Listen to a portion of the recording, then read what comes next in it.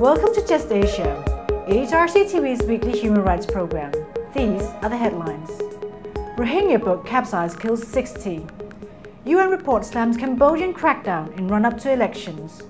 Moving forward with Asia's Human Rights Charter. Anti-communism rising in Indonesia. 3 urgent appeals from Nepal and Sri Lanka.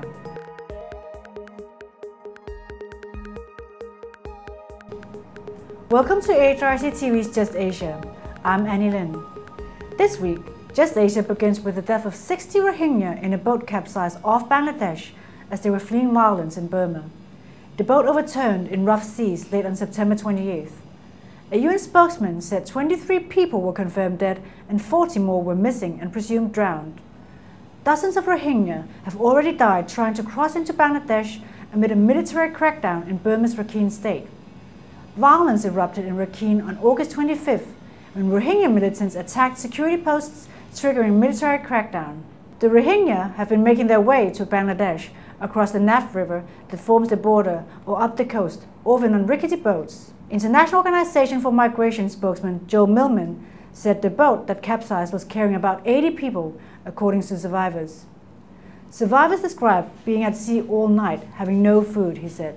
Several children were among the dead. One survivor said that his wife, 2 daughters and a grandson had died. He said they had decided to leave Rakhine after armed Buddhists took their livestock and food. More than 500,000 Rohingya have fled to Bangladesh since then.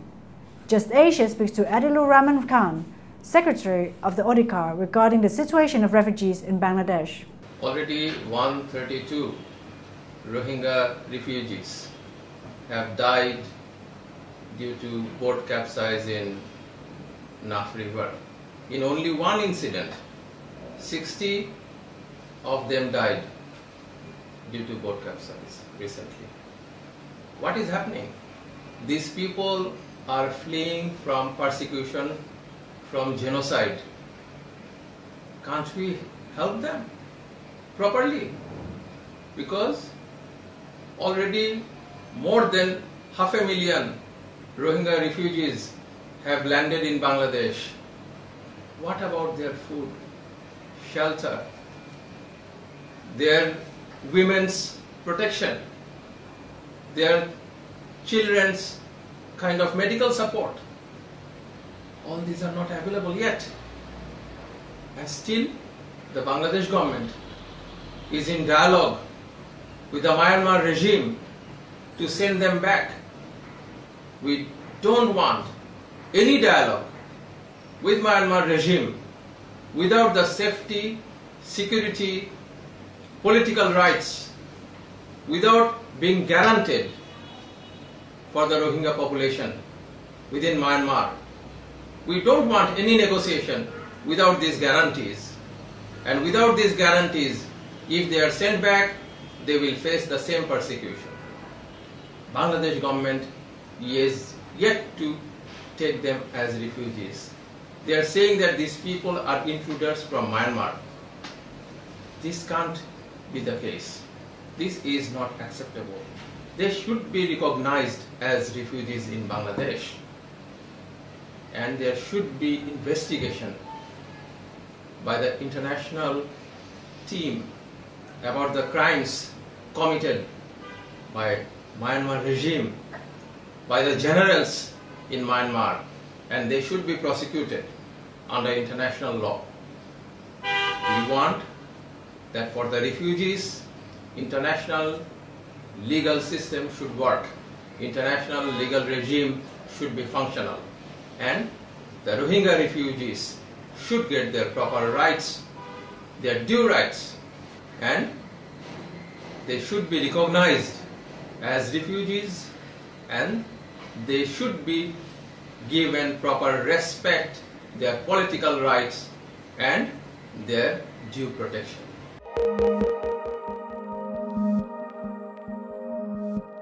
Next, the UN Special Rapporteur on Cambodia said the government must do more to protect democratic freedoms in the run-up to national elections scheduled for next year.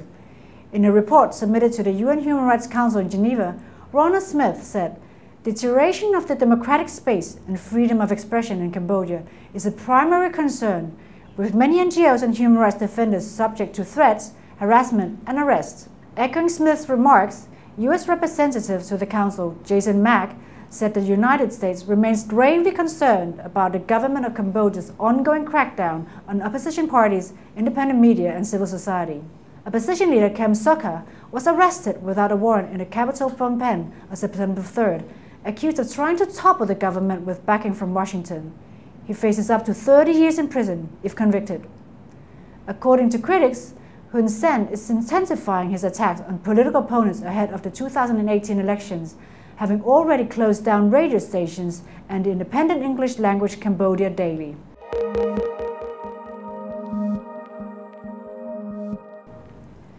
In preparation for the 20th anniversary of the 1998 Asian Human Rights Charter, rights groups and activists are discussing how to move forward and ensure the genuine realization of people's rights in Asia. The 1998 Charter was aimed at changing how human rights work was conducted in developing countries. In particular, the aim was to understand and improve the effective institutions and systems of justice required for human rights implementation. New approaches to human rights fact-finding, advocacy and monitoring are needed, all of which should be directed towards improved knowledge of justice systems. Only then can human rights work have practical implications for ordinary people. Just Asia speaks to Basil Fernando, AHRC's Director for Policy and Program Development, for details. In 1998, in May, we declared the Asian Charter of Human Rights, which was an attempt to develop the articulation of problems relating to implementation of rights in the Asian region.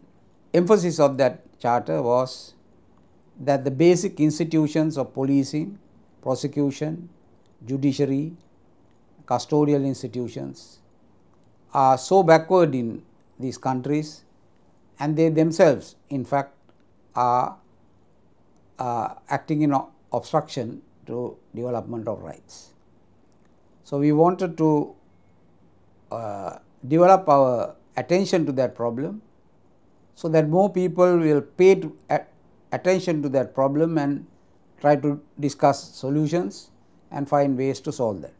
Now, 19 years after that, we have taken that message to many countries, to many persons in practical ways. Huge amount of documentation has been collected on the manner in which rights are violated and the institutions fail to protect the people's rights. With all these work that is done, we have come to a stage where we could, in a more forceful way, bring some of the lessons we have learned within the last 20 years to a wider world, particularly to the developed countries' attention, that there is something missing in the global discourse on human rights.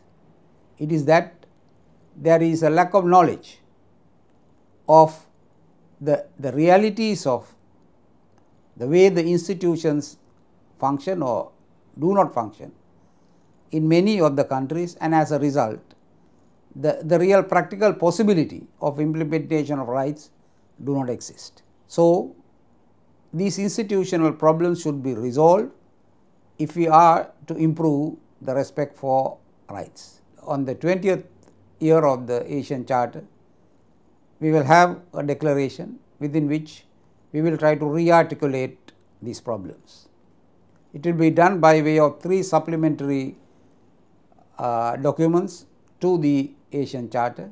One is the right to justice, talking about the problems that we talked about just now, institutional development to enable the enjoyment of rights.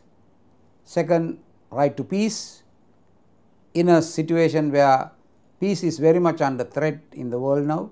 The third is the right to culture, which is again a major issue for people, particularly in the developing countries, but also for the world at large, which is something that has not received adequate attention.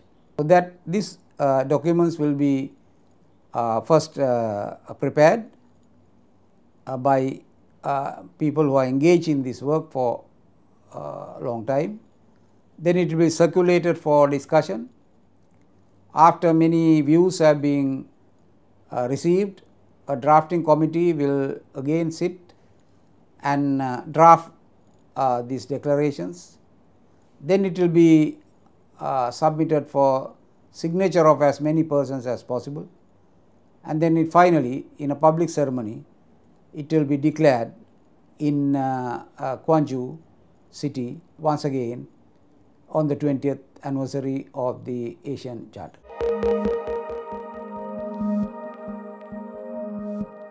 Moving to Indonesia, the country is seeing a rise in anti-communist phobia and rhetoric, with a massive protest in Jakarta on September 29th. Held by anti-communist groups and opposition supporters against the communist ideology, the protest was termed 29/9. The protest followed the brutal attack on the officers of the Indonesian Legal Aid Foundation, YLPHI, and Jakarta Legal Aid between 16 and 17 September 2017. These circumstances are weakening the efforts of victims and families of the 1965-66 massacre to seek justice. They now face increased difficulties and obstacles to voice their hopes and desires. According to the investigation report of the National Commission on Human Rights, Comnas AJM, 500,000 people accused of being Communist Party members were killed between 1965 to 67. Thousands more were detained without trial in Buru Island and other detention camps. The investigation report further stated that the Command for the Restoration of Security and Order, COPCAMTIP, which existed between 1977 to 78, must also be investigated and prosecuted under the Human Rights Court law. More than 5 years since the Human Rights Commission report has been submitted to the Attorney General for further investigation, nothing has been done. In fact, during the past 2 years, Indonesia's present Attorney General publicly stated that the case should be brought to a reconciliation mechanism rather than the Human Rights Court. Unfortunately, Indonesia does not yet have a law on the Truth and Reconciliation Commission. While 1965 to 66 victims are now passing away without justice, the perpetrators remain free and enjoy impunity. I think the Reconciliation Commissions, if we take this law, I think this will take a long sessions or long time. So I think Mr. Jokowi should just launch the what so called the letter of decree, to publish the reconciliation letter as a decree that Jokowi should make what so called to make the decree of reconciliations and the way of solving out the 1960 case or other human rights violations.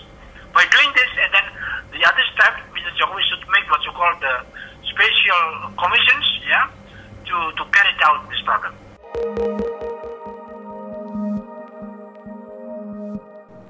Finally, the Urgent Appeals Weekly features 3 cases from Nepal and Sri Lanka.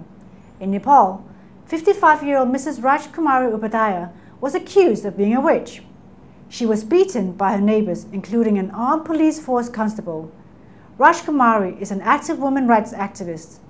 While a police complaint has been filed, the police are reluctant to take action due to the involvement of an AFP constable. 2 cases of police abuse surfaced in Sri Lanka. In the first case, a 24-year-old resident of Kantale Police Division was illegally arrested and detained at the police station. He was produced before the Kantale magistrate charged with participating in a protest against the police, but he refuted the accusation. In the second case, Mr. Magoda was arrested on September 18th and detained in a cell overnight.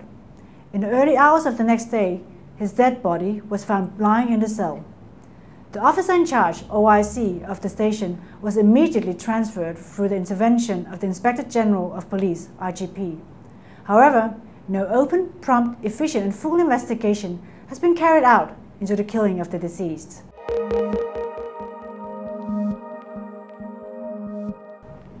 That is all for this episode of Just Asia.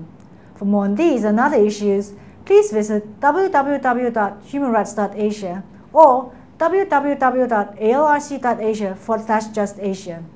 Thank you for watching and see you next week.